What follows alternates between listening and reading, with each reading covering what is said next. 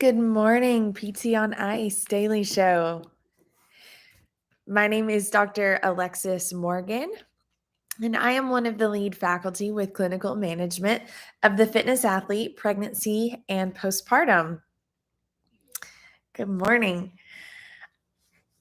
Before we jump into our topic today, just wanted to let you all know of a few upcoming courses that we have going on. So, at the end of this month, July, we are going to be headed to Utah to do a course. And this will be one of the first ones, or if not our first one in Utah. So if you are near the Salt Lake City area, we would love to have you join the live course. You still have some time to sign up, and it's going to be super, super fun. So that's our live course in July. I cannot wait to head out there. And if you're watching today, you may be in our current online cohort. We have our first meetup tonight for week 1, where we're going over preconception, the female athlete, and fertility and loss. So we're excited to get together with our current cohort tonight for the first time for the next 8 weeks. Some of you have messaged me asking about when our next cohort is going to start, and that is now on our website. That starts September 6th. So if you are wanting to hop into that before the end of the year, it's crazy to be talking about that. But if you need your CEUs before the end of the year, jump into that course. You can go ahead and buy your ticket now. Speaking of all of the courses, if you all have missed it, hop on to the PT on Ice website. It is new and improved. It looks amazing. There's so many resources on there. Many people don't realize how many free resources are there. As well as now it's way easier to search for courses and to find ones near you, or maybe near some sites that you're wanting to visit. So check that out whenever you hop off of here. So today I've really been pondering the question of, have we forgotten what fitness truly is? So the other day I was kind of considering that and decided to reread Greg Glassman's Fitness in 100 Words. So if you don't know about this is a really nice, concise 100 words talking about what fitness truly is.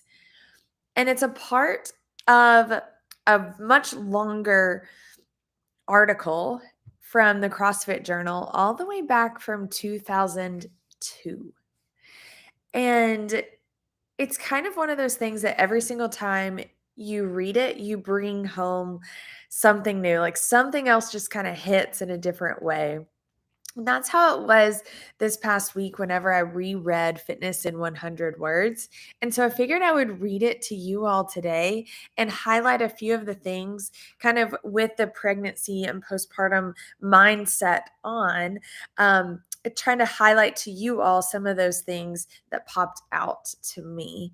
So first, I'm going to read to you all the Fitness in 100 Words. So it starts off talking about diet. Eat meat and vegetables, nuts and seeds, some fruit, little starch, and no sugar.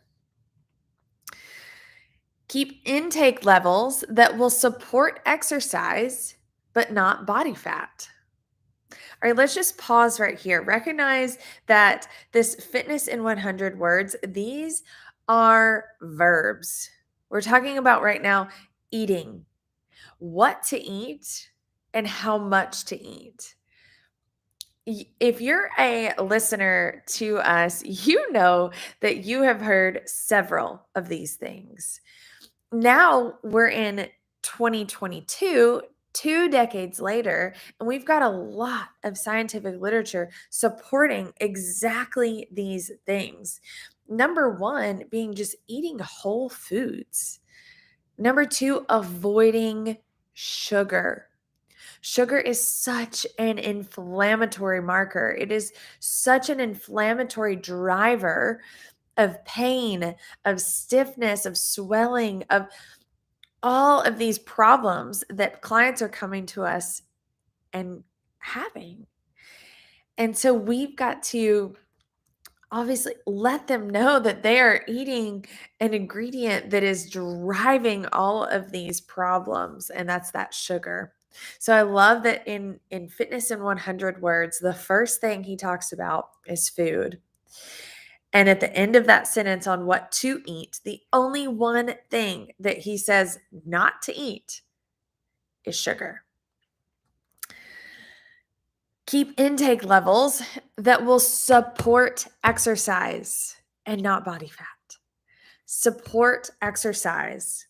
This is huge. We talk about this all the time within relative energy deficiency in sport. So many people are not eating to the level that their training requires.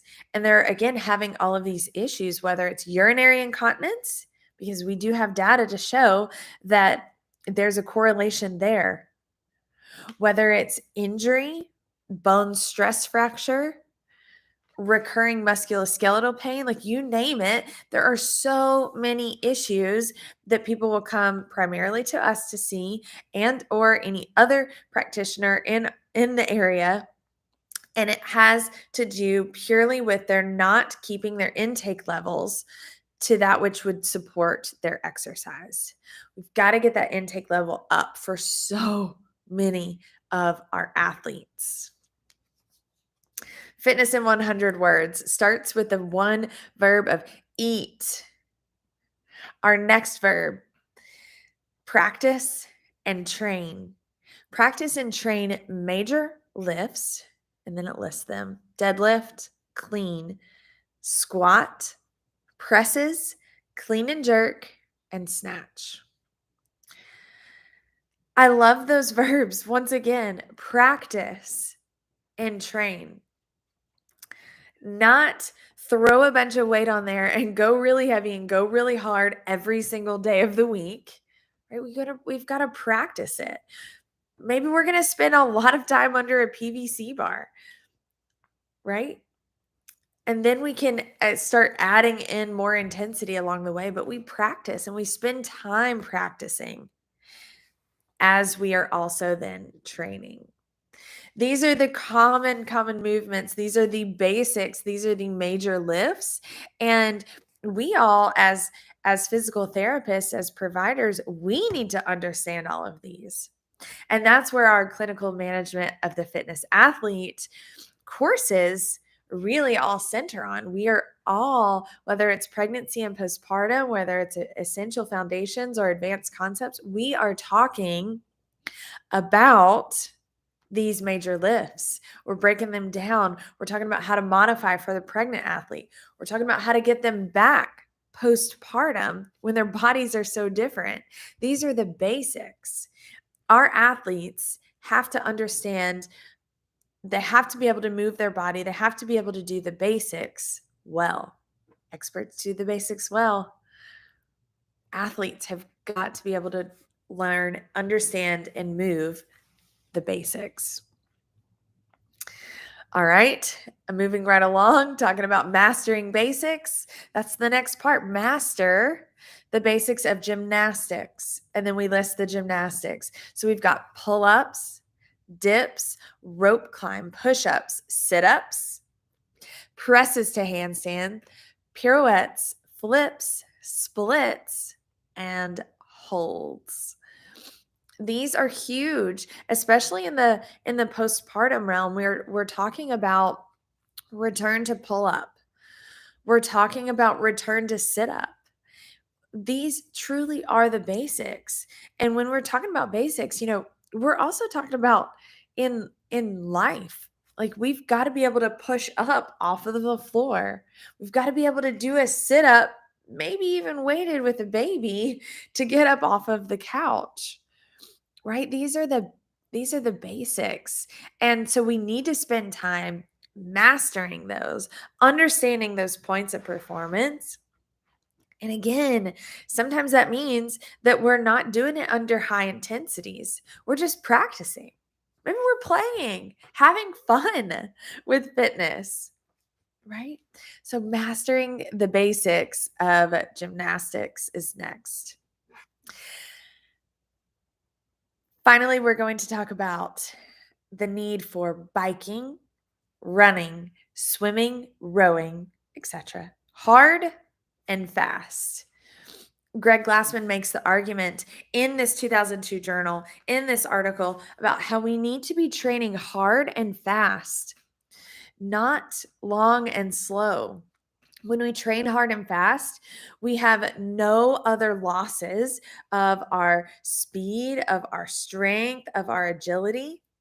We get to maintain all of that while building up our aerobic capacity or our cardiovascular fitness. I can't think of a better time to really emphasize the need for hard and fast than in postpartum. Postpartum, fast is really all you've got. You've got a few minutes here, a little bit of time there, and then you've got to get back to life. And you may need to vary it up throughout different times of the day. And that's okay. In fact, that is what fitness is. So not only is it okay, but actually that's what we should be striving for. We need to be doing this 5 or 6 days a week. 5 or 6. That's fitness. We do not have to hit 2-a-days. I recognize that some of us are doing this, maybe pre-baby. And I recognize that some people want to get to that level, and that's fine too.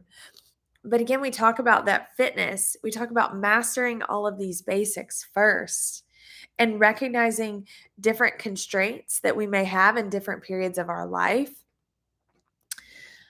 5 or 6 days a week is enough. That is good. That is fitness. That is part of our definition. Mix these elements, everything that we just talked about, the major lifts, the gymnastics, and the various metabolic conditioning aspects.